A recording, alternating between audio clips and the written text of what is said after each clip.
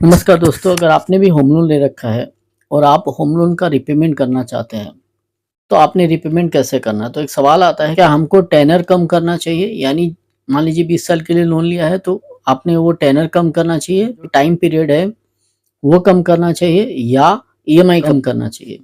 तो दोस्तों इसका जवाब है, जभी भी आप होम लोन रिपेमेंट करने जाते हैं या रिपेमेंट कर रहे हैं यानी पार्ट पेमेंट कर रहे हैं, तो होम लोन पार्ट पेमेंट करते समय एक बात याद रखिए, अगर आपको फुल ईएमआई पेइंग कैपेसिटी है, एग्जांपल के तौर पे मान लीजिए आपने 20 साल का लोन है और ईएमआई आपका 25,000 रुपया है और 25,000 रुपया आप आराम से भर देते, तो आपको हमेशा अपना टेनर यानी जो टाइम फ्रेम है उसको कम करना है।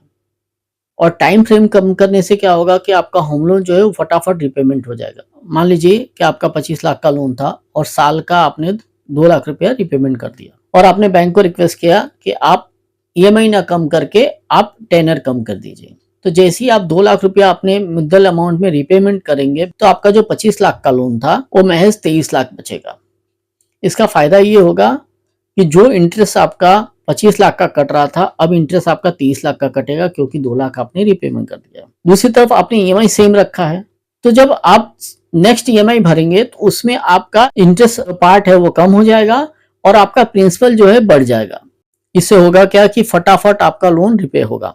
और मान लीजिए आप हर साल 2-2 लाख रुपया अगर रिपेमेंट कर रहे हैं, पार्ट पेमेंट कर रहे हैं, तो आपका जो 20 साल का लोन है वो महज 7 से 8 साल में खत्म हो जाएगा।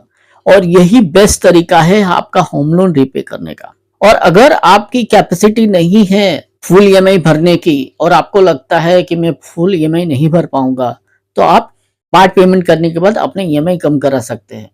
यानी आपका टेनर जो है, आपका टाइम फ्रेम है 20 साल ही रहेगा। ऐसे सिचुएशन में आपका होम लोन जल्दी खत्म नहीं होगा।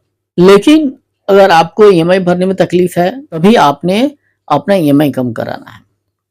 अगर नहीं है तो आप हरगिज ईएमआई कम ना करें, आपने हमेशा टेनर कम करना है, यानी टाइम फ्रेम को कम करना है।